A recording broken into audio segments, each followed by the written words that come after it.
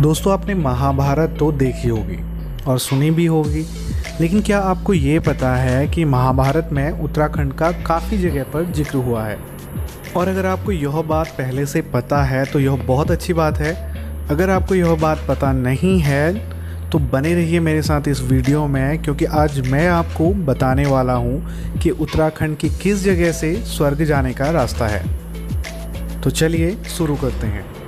दोस्तों, आज मैं आपको अपनी इस वीडियो के माध्यम से अवगत कराना चाहता हूँ भारत के अंतिम गांव माणा के बारे में, और आपको मैं यह भी बताऊंगा कि कैसे यह महाभारत काल से जुड़ा है। भारत का आखिरी गांव माणा गांव, जो कि उत्तराखंड राज्य के चमोली जिले में स्थित है और बद्रीनाथ से लगभग 3 किलोमीटर की ऊंचाई पर बसा हुआ है, जिसकी समुद्र तल से ऊंचाई लगभग 10,000 फीट है। दोस्तों, भारत का यह गांव भारत और तिब्बत की सीमाओं पर लगा हुआ है। माणा गांव अपनी सांस्कृतिक विरासतों के साथ साथ कई अन्य कारणों से भी मशहूर है। माणा गांव में रंडपा जाति के लोग रहते हैं। इस गांव की आबादी बहुत ही कम है। यहाँ कुल मिलाकर लगभग 60 ही घर बने हैं।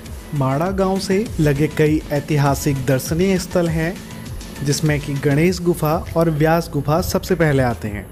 तो आइए सबसे पहले जानते हैं गणेश गुफा के बारे में। गणेश गुफा के बारे में ऐसा कहा जाता है कि जब गणेश जी वेदों की रचना कर रहे थे तो सरस्वती जी अपने पूरे वेग में बह रही थी और बहुत ज़्यादा शोर कर रही थी। गणेश जी ने सरस्वती जी से कहा कि शोर कम करें, मेरे कार्य में व्यवधान ना करें, लेकिन सरस्वती जी नहीं मानी। इस बात से नाराज़ होकर गणेश जी ने उन्हें श्राप दे दिया कि आज के बाद तुम इससे आगे नहीं दिखोगी। दोस्तों, यही कारण है कि सरस्वती नदी यहीं पर दिखती है। इससे कुछ दूर जाने के बाद वह अलकनंदा नदी में समावित हो जाती है। इसके साथ साथ सरस्वती नदी के बारे में ऐसा कहा जाता है कि जब पांडव स्वर्ग को जा रहे थे तो उन्होंने सरस्वती नदी से जाने के लिए रास्ता मांगा, लेकिन सरस्वती ने उनकी बात को अनसुना कर दिया और रास्ता नहीं दिया।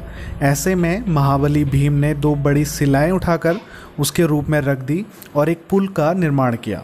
पांडव तो आगे चले गए, लेकिन वह पुल आज भी मौजूद है। दोस्तों, अगर हम बात करें व्यास गुफा के बारे में, तो व्यास गुफा के पास एक बहुत ही सुंदर सा बोर्ड लगा है, जिसमें लिखा है भारत की आखिरी चाय की दुकान। जी हाँ दोस्तों, यही लिखा है इस बोर्ड में, जिसे देखकर हर कोई टूरिस्ट और तीर्थयात्री इस दुकान पर चाय पीने जरूर रुकता है। इस दुकान में आपको साधारण चाय से लेकर माणा में पी जाने वाली अलग अलग तरह की चाय भी मिल जाएंगी। आइए दोस्तों, अब मैं आपको बताता हूँ कि उत्तराखंड के इस गांव को स्वर्ग जाने का रास्ता क्यों कहा जाता है और कैसे यह महाभारत काल से जुड़ा है। उत्तराखंड को कई धार्मिक स्थानों और देवी देवताओं के वास होने के कारण धरती पर स्वर्ग और देवों की भूमि भी कहा जाता है। यह कहना उचित होगा, क्योंकि यह वही स्थान है जो सीधा स्वर्ग के लिए जाता है। उत्तराखंड के गढ़वाल में हिमालय के बंदरपूछ में स्थित स्वर्गारोहिणी चोटी से ही स्वर्ग का रास्ता जाता है। दोस्तों, आज स्वर्गारोहिणी विश्वविख्यात तीर्थ स्थल बन गया है। यहाँ आने वाले तीर्थयात्रियों का कहना है कि यह स्थान पर देवीय नूर है। यहाँ की खूबसूरती भी सरोवरी है। यहाँ अपार शांति और स्वर्ग में होने जैसा ही एहसास प्राप्त होता है। उत्तराखंड से स्वर्गारोहिणी तक का रास्ता काफ़ी कठिन है। साथ ही यह पूरा स्थान बर्फ़ से ढके होने के कारण इसकी खूबसूरती पर 4 चांद लगाता है।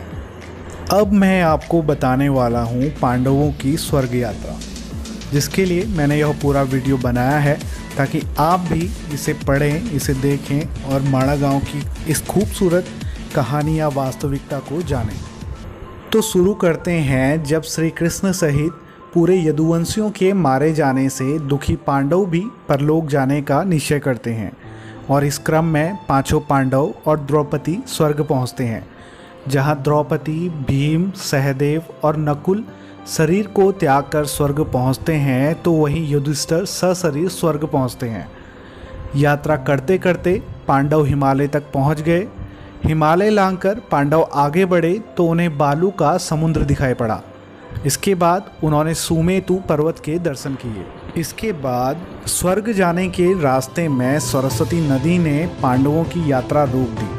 पांडवों ने सरस्वती से रास्ता मांगा, लेकिन सरस्वती माता ने रास्ता देने से इनकार कर दिया। फिर बाद में भीम ने 2 बड़े पत्थर के खंड उठाकर नदी पर पुल बना दिया, जिसमें होकर पांडवों ने आगे का रास्ता शुरू किया। इसके बाद 5 पांडव, द्रौपदी और वो कुत्ता जो कि पांडवों के साथ में था, तेजी से आगे की ओर चलने लगे। तभी द्रौपदी लड़खड़ाकर नीचे गिर पड़ी। द्रौपदी को नीचे गिरा देख भीम ने युधिष्ठिर से कहा कि द्रौपदी ने कभी कोई पाप नहीं किया, तो फिर क्या कारण है कि वह नीचे गिर पड़ी। इस पर युधिष्ठिर ने जवाब दिया कि द्रौपदी हम सभी में अर्जुन को सबसे ज़्यादा प्रेम करती थी, इसलिए उनके साथ ऐसा हुआ। ऐसा कहकर युधिष्ठिर द्रौपदी को देखे बिना ही आगे बढ़ चले। इसके थोड़ी देर बाद सहदेव भी गिर पड़े।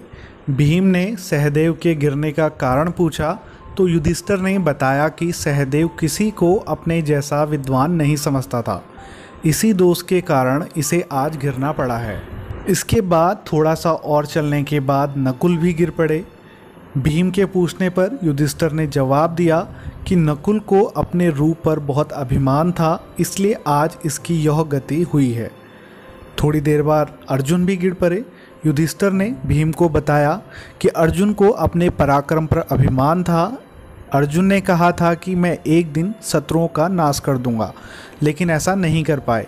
अपने अभिमान के कारण ही अर्जुन को आज यह दिन देखना पड़ रहा है। ऐसा कहकर युधिष्ठिर आगे बढ़ गए। इसके और थोड़ा चलने के बाद भीम भी नीचे गिर पड़े। जब भीम ने युधिष्ठिर से इसका कारण पूछा तो उन्होंने बताया कि तुम खाते बहुत थे और अपने बल का झूठा प्रदर्शन करते थे, इसलिए तुम्हें आज भूमि पर गिरना पड़ रहा है। यह कहकर युधिष्ठिर आगे चल दिए। केवल वह कुत्ता ही उनके साथ अब रह गया था। इसके बाद युधिष्ठिर कुछ ही दूरी पर चले थे कि उन्हें स्वर्ग ले जाने के लिए स्वयं देवराज इंद्र अपना रथ लेकर आ गए। तब युधिष्ठिर ने इंद्र से कहा कि मेरे भाई और द्रौपदी रास्ते में ही गिरे पड़े हैं, वे भी हमारे साथ चलें, ऐसी व्यवस्था कीजिए।